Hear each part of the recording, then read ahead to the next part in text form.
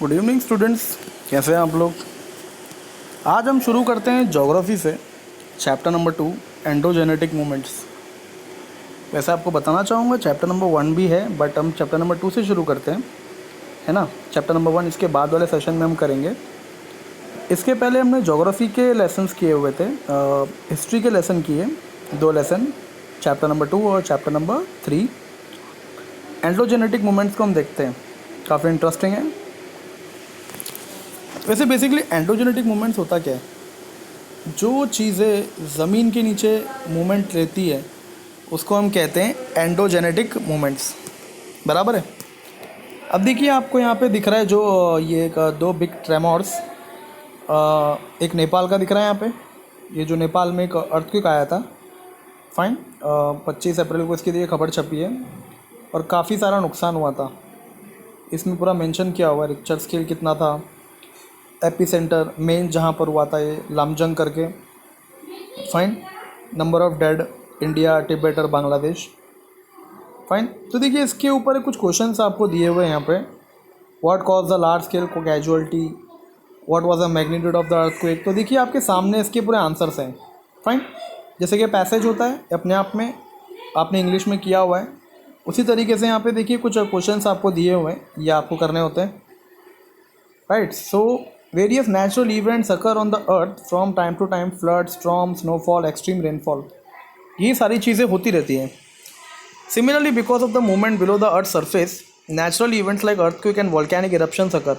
आपने काफ़ी बार न्यूज़ में पढ़ा ही होगा, अर्थक्वेक आया है और वॉल्केनिक eruption, ज्वालामुखी फटता है जो ज़मीन के नीचे से प्रेशर के कारण। For the organism living on the earth this events are disasters. ये किनके लिए बहुत ही खतरा होता है? जो लोग इंसान, जो प्राणी जो इस धरती पे रह रहे हैं उनके लिए। There is a loss of life and property because of the natural calamities. Yes, property का और जान का काफ़ी खतरा होता है। So in this lesson we will get introduce to this endogenetic internal movements. अब देखिए यहाँ पे एक पैराग्राफ दिया हुआ है, ध्यान से देखिए इस चीज़ को। कुछ नोट्सबुक रखी हुई है और उसके ऊपर चौक और डस्टर और रबर रखा हुआ है एकदम स्टैंडिंग पोजीशन पे। अब होता क्या है देखिए यहाँ पे, like chalk, duster, sharpener, eraser on them, then now give a slide push to this structure and observe what happens. जैसे मैं पूरी बुक को थोड़ा सा प्रेशर देता हूँ, हल्का सा धक्का देता हूँ, डस्टर, चौक सब गिर जाते हैं। So it means that what happening over here, नीचे अगर कुछ मूवमेंट होगा तो ऊपर की जो भी चीज़ें स्टैंडिंग पोजीशन पे हैं वो सब क्या हो जाएंगी, फॉल डाउन हो जाएंगी। Then see what happens. एक और देखिए यहाँ पे नीचे एक किया हुआ है, arrange the notebook and keep chalk, duster, sharpener, rubber on them as a previous step. Same to same करना दूसरा भी। एंड उसके बाद अगर उसमें से एक नोटबुक भी अगर मैं खींच लेता हूँ, है ना, पहले वाले में सिर्फ धक्का दिया, दूसरे वाले में अगर मैं देखिए नोटबुक खींच लेता हूँ तो भी सब चीज़ें गिर जाती हैं। मतलब ये है कि अगर नीचे कैसा भी मूवमेंट हुआ तो ऊपर की चीज़ों को डेफिनेटली बहुत फ़र्क पड़ता है। सो earthquake and volcanoes occur because of the instability in the interior of the earth। जब अर्थ के नीचे इंटीरियर में कुछ इंस्टेबल होता है, this instability is created due to the movements occurring in the earth interior। Generally the movements in the earth interior occur in the upper layer of the mantle। Tremendous energy is released by radioactive materials in the mantle। These energy waves travel from one place to another।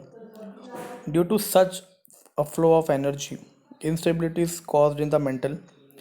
The movements are classified on the basis of the velocity, direction and the landforms they produce।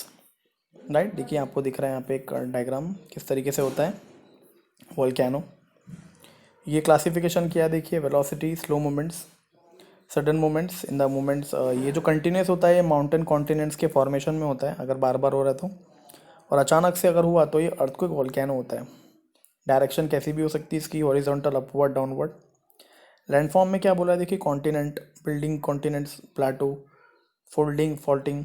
ये जो पहाड़ वगैरह बने हैं या फिर पहाड़ वगैरह टूटते हैं, लैंडस्लाइड होता है, ये सब इसी का इफेक्ट है कहीं ना कहीं, राइट। अगेन अभी चलो इसको हम ये प्रैक्टिकल तौर पे देखते हैं कैसे बताया। देखिए ये दिया हुआ है यहाँ पे, अर्थ क्रस्ट कैसे होता है। ये दिख रही है आपको, दिख रहा है यहाँ पे एक पेपर को 2 लोग एक तरफ दबा रहे हैं, मतलब एक ही पोजीशन में दोनों तरफ से प्रेशर आ रहा है। तो देखिए क्या हो जाएगा यहाँ पे, पेपर कुछ ऐसा हो गया। तो आप समझिए ज़रा, माउंटेन का भी कुछ ऐसा ही पोजीशन होता है। जो पानी में से देखिए आइलैंड वगैरह निकल आते हैं, टापू निकल आता है, वो इसी की वजह से आता है, right. So now, in the activity when the strip was moved from placing hands on both the ends, the work performed on the strip at a time is called as a compression. इस चीज़ को हम क्या कहते हैं? Compression कहते हैं, right? Pressure was given on the center of the strip from both the end. As a result, the strip moves and folds are formed. Similarly, due to the pressure on the earth crust, movement are generated and folds are formed. अब बात आती है fold mountain की। देख रहे हैं आपको ये माउंटेन कैसे दिख रहे हैं? फोल्डेड एकदम, ऐसा लग रहा है किसी ने वो घड़ी कर रखा है। ये भी उसी तरह से देखिए। If energy is transfer from interior of the earth because of this energy waves and pressure working towards each other and in horizontal direction, the layer of the soft rocks from fold. If the pressure is very high, large scale folds are form and the complexity increases. अगर ज़्यादा pressure हुआ, ये जो Himalayan mountains है ये उसी के example है. Aravalli mountain, Rockies and Andes and the Alps are the major fold mountain of the world. ये बड़े बड़े माउंटेन्स हैं जहाँ पे बड़ी बड़ी नदियाँ ओरिजिनेट होती हैं, राइट. जैसे कि हिमालय से देखिए काफ़ी सारी नदियाँ निकलती हैं, और एंडेस जो नाम दिया हुआ है ना यहाँ पे, इसमें से देखिए अमेज़ॉन जो नदी है सबसे बड़ी शुरू होती है. स्टूडेंट्स आगे देखते हैं. अब ये तो बात हो गई कंप्रेंशन की, अब टेंशन की बात होती है. सेम एग्जाम्पल है, सेम पैटर्न है.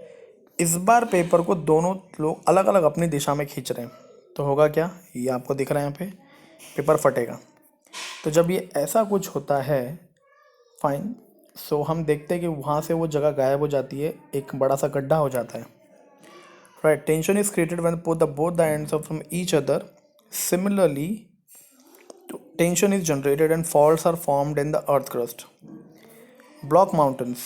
Because of internal movement, horizontal waves moving away from each other are formed. This causes tension on the layers of rocks. This leads to formation of fractures in the rocks. These are known as a fault. Similarly, waves coming towards each other in the hard rocks are also formed fault due to compression. When a part of the earth crust in between two parallel fault is lifted, it looks like a block. जब दोनों जगह से pressure आता है तो देखिए यहाँ पे ये चीज़ ऊपर को आ गई, दिख रही है आपको यहाँ पे ये, right. Such a landform is known as a block mountain. ये ब्लॉक कर देता है एक जगह को. The hill top of the block mountain are flat. ऊपर फ्लैट जैसा होता है क्योंकि वो ज़मीन का हिस्सा ही था जो अब ऊपर आ गया. Black forest mountain in Europe, the Meghalaya plateau of India has been formed in a similar way. अब यहाँ देखिए, when horizontal movement on the earth's surface in opposite direction, it causes a tension on the rocks in the earth crust. When tension increases, fracture developed in the rock. This lead to formation of fault. Consequently, rocks on both the ends slide and the continuity in the layer of the rock is not found. अब बात आती है rift valley की. ये rift valley दिख रहा है आपको यहाँ पे, कैसा है ये अपने आप तो क्रिएट हुआ, ये ऑब्वियस ही बात है, किसी ने क्रिएट तो किया नहीं है ना.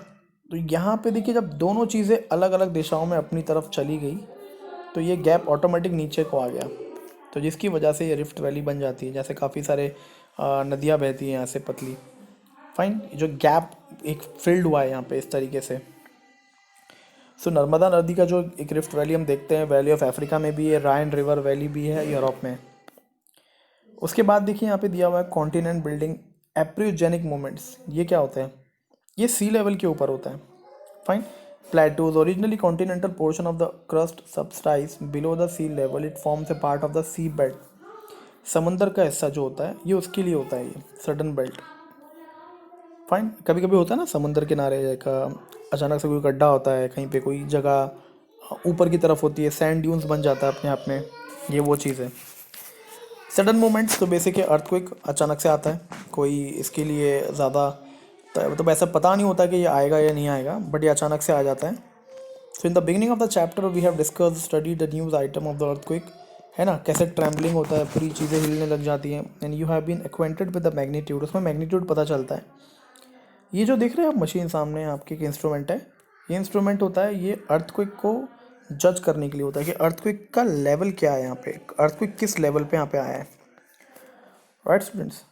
सो आई होप सो आपको ये इतना जो कंसेप्ट है ये थोड़ा क्लियर हुआ होगा. एंड इसके बाद का जो चीज़ें हैं हम आपको अगले सेशन में पूरा करेंगे. फाइन स्टूडेंट्स, तो इसको आप अच्छे से एक बार सिर्फ सुनिए, और आपको ये वैसे बहुत आसान है, इसमें ज़्यादा डीप क्वेश्चन आते नहीं है, इसमें ब्रीफ आंसर्स का ज़्यादा कोई रोल नहीं है। इसमें रोल ये है कि आपको क्वेश्चन जो है आपके उस पैसेज में से आपको देख के पढ़ना होता है। Fine students, thank you.